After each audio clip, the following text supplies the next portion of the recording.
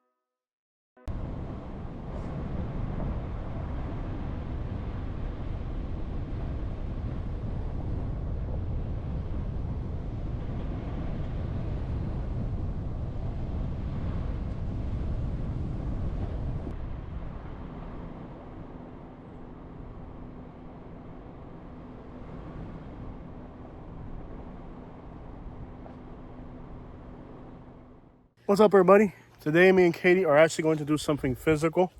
We're going to walk a state park here in Florida to get to a spring. Because of the hurricane, there's literally nobody out here. So we should have the place all to ourselves, except for it is hunting season and there are people out here hunting. But I don't think they're in this part of the park. They're kind of in other parts. So off we are to enjoy spring here in Florida.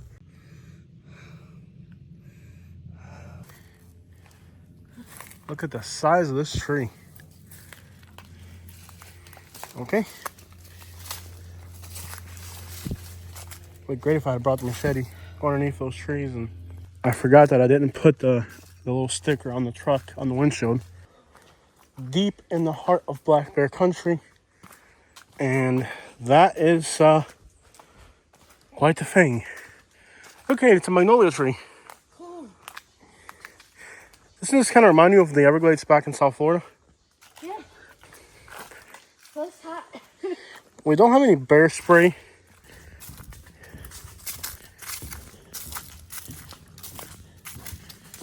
This is the type of place where you'd run into an alligator. Alligator would just hang out near here. You guys have been asking us to do something physical, so today's video takes us on a 10. Honestly, it's about 15 minutes. I told her it was 10 minutes just so she would come along, but it's really about 15 minutes.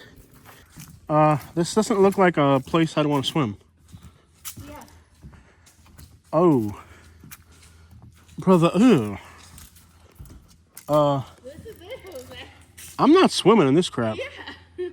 It seems like this is it. I think there's so much muck from the hurricane.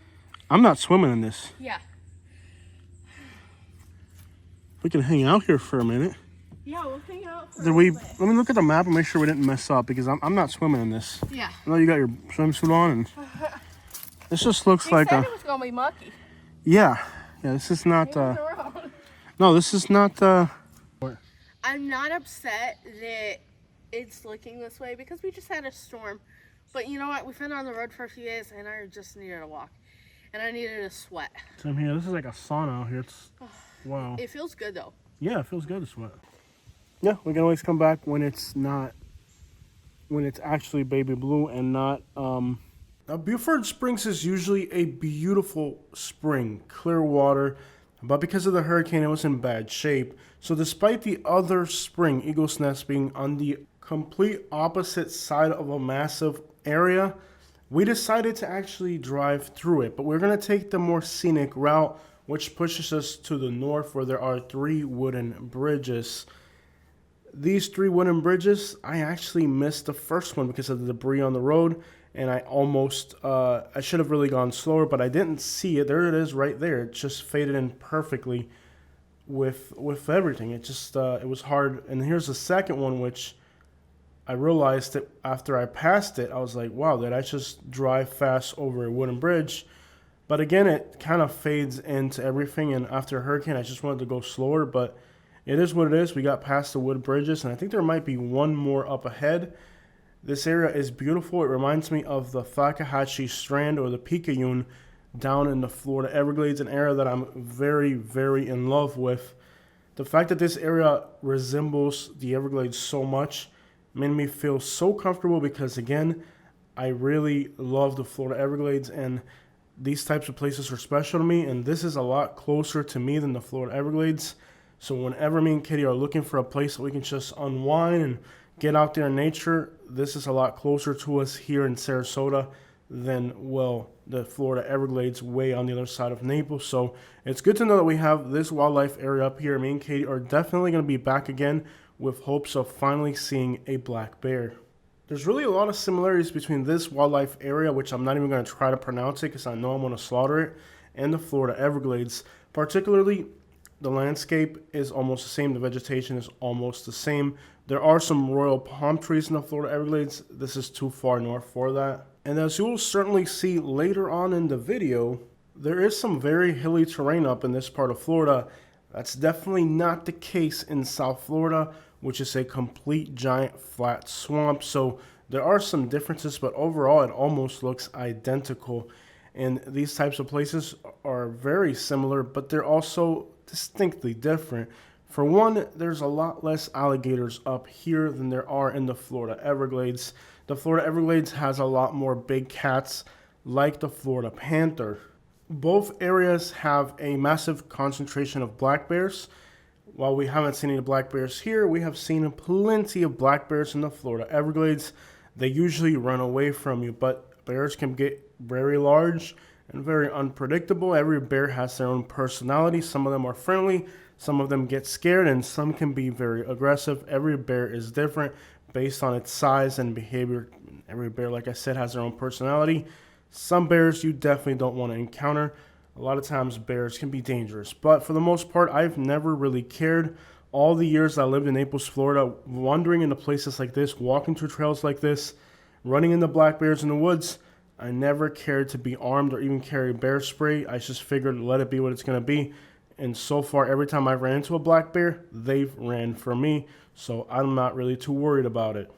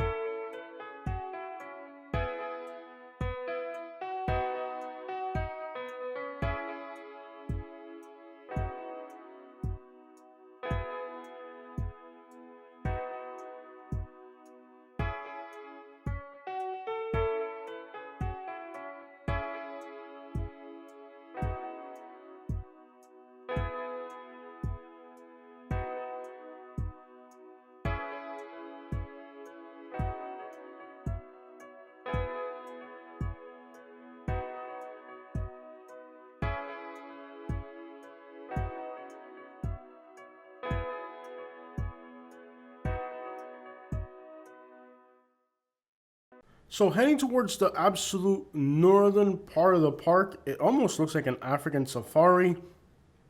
You do see people out there that are hunting. Those are the vehicles that you see here and there. Every once in a while we thought we saw an animal. We'd slow down to make sure it was this or it was that, but most of the time it wasn't what we thought it was. But that's part of going in these wildlife areas. You got to make sure that if you think you see something, you verify it, because sometimes you're not going to see an animal very close. It's actually going to be very far away. We went all the way to the north end of the park, only to realize that there's a gate. There's US 19 over there, and there's a sportsman place where people go. It's like a shooting range or something for people hunting and whatever. So we had to turn back around and go back the other way. And again, we're not even heading in the right direction. We're heading north at this point. So now we got to traverse the same exact journey, but in the opposite direction. We're now on the far north end of the park, and the other spring is on the far southern end of the park. So we were just kind of exploring the park, but we do want to see that other spring, which means we got to go back the other way.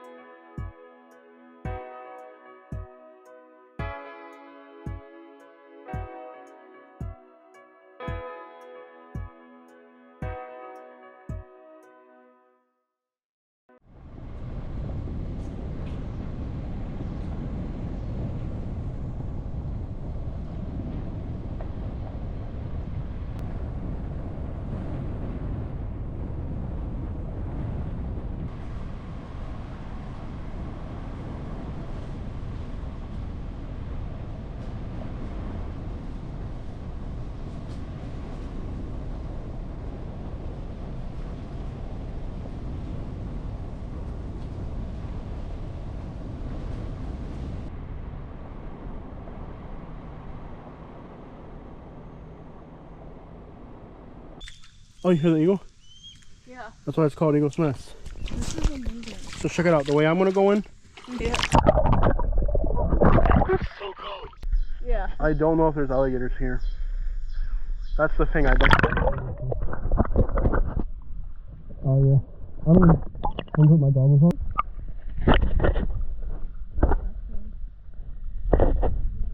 Yeah, oh, it feels good after a while. It's like very relaxing. Yeah.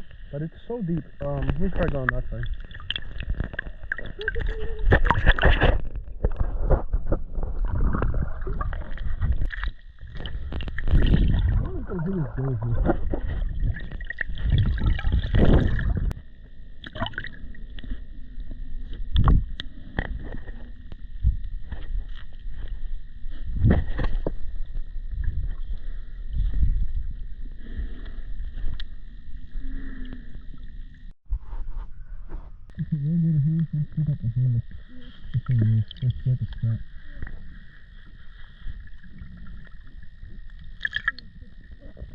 This is the most refreshing thing I've ever done. More than anything I've ever done. There you go. You're right there. You're right there. You float. Believe me, you got plenty of flotation devices. And like at first you get scared of the slipperiness, but actually after a while I actually like the way it feels.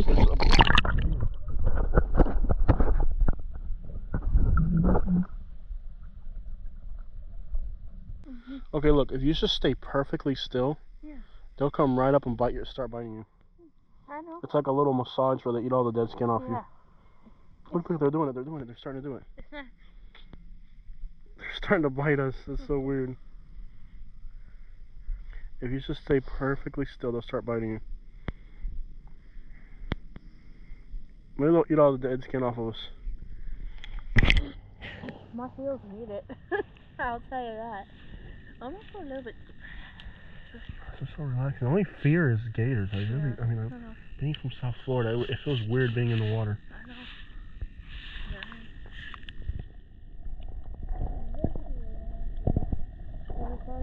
Mm-hmm.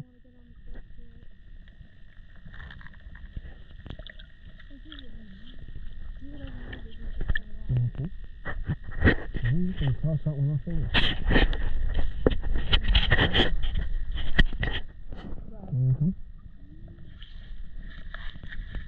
Oh, there's a big one going to my toes. The blue one went at my toes.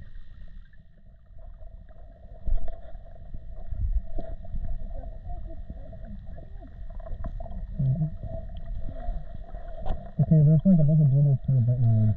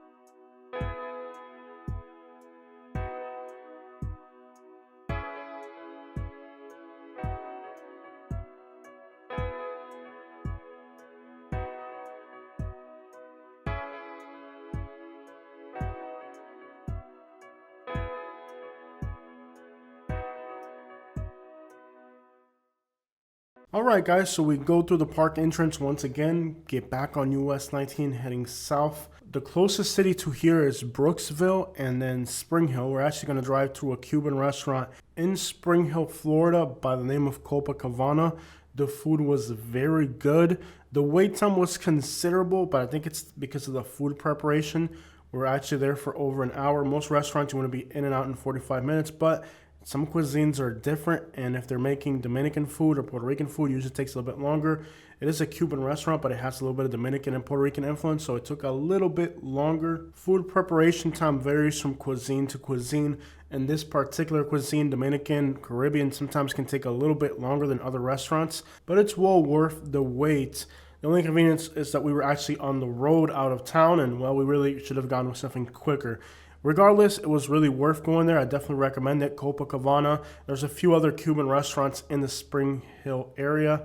This area has had a lot of people from Tampa move up here, buy up houses, and the town actually looks a lot better than the last time I was here. I think now there's people from Tampa moving up here to commute into Tampa. Just about the entire southern tip of Spring Hill, Florida is now predominantly Hispanic. It's been growing a lot. It's starting to get a little bit more life, more restaurants, more things to do. It's still a boring old Spring Hill, but at least now there's a few things you can eat when you're in this town that are good.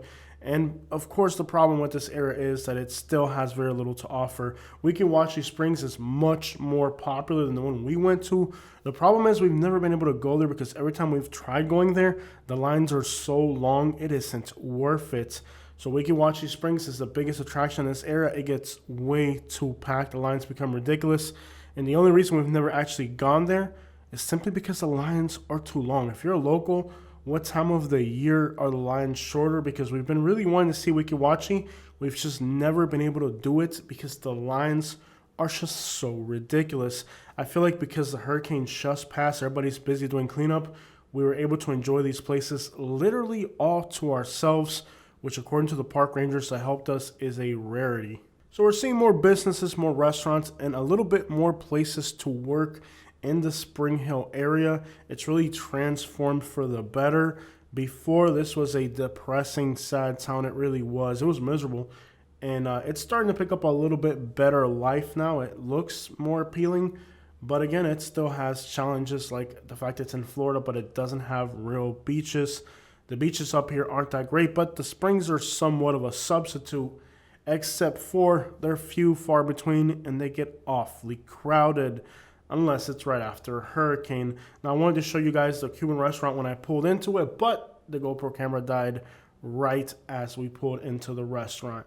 Overall, I would say Spring Hill, Florida is improved a lot thanks to the migration of people from Tampa, bringing businesses, cultures, and of course, industry with them, turning a town that many years ago was just a desolate crap hole into a somewhat less desolate crap hole that it is today. Spring Hill also gets quite cold. You'll wake up to frost on your windows on a cold winter morning here. Something you won't have, let's say, on the southern end of the Tampa area. So here, it actually gets pretty cold. There's some graffiti there on that wall. I found that kind of weird. Alright guys, so that was our adventure to the springs in Florida. It was a nice little break from all the hurricane coverage we've been doing. So while nature can recover from a hurricane and just a few days after a hurricane you can enjoy these places, years and years from now, the destruction of the homeless camps will continue to plague Florida. Just on the outskirts of this state park are commercial lots that face US 19, and this is what they look like. You can see paraphernalia all over the place, garbage. Now, the cops have been coming in here and raiding these homeless camps, but the garbage still remains. Unfortunately for the animals and the nature itself, it's us humans who cause destruction. The hurricane doesn't destroy anything. The hurricane actually is part of the natural system. And as you saw, all these natural areas survive the hurricane well. It isn't the hurricane that causes destruction. It's the way that we humans like to move. Over the years, hundreds of hurricanes have hit Florida, and nature bounces back right away. In fact, the hurricane is part of nature's system to clean and recycle itself. It's us humans who leave behind a path of destruction on this planet. Today is October 1st, and new homeless laws are taking effect in the state of Florida. But all these laws do is force the homeless deeper into the woods, deeper into the mangroves, and into further places to hide, bringing even more destruction to Florida's natural habitats. This area is also a bird watcher's dream. A lot of small finches and warblers and all types of little birds can be seen here. It is along the coast, hilly and scrubby. This is the perfect place to see painted buntings and many other birds that migrate north to south to North America. So if you enjoy bird watching, this area has a lot to offer. And unfortunately, again, despite the beauty of nature, the destruction of humans, a lot of creators go and make videos showing how beautiful the springs are in this area, but they'll never show you what's really happening in this area. An environmental destruction that is unparalleled anywhere in the United States. At least in other states that let the homeless people camp on the sidewalks, here in Florida, They have to hide, and where do they hide? In the woods, destroying what's left of Florida.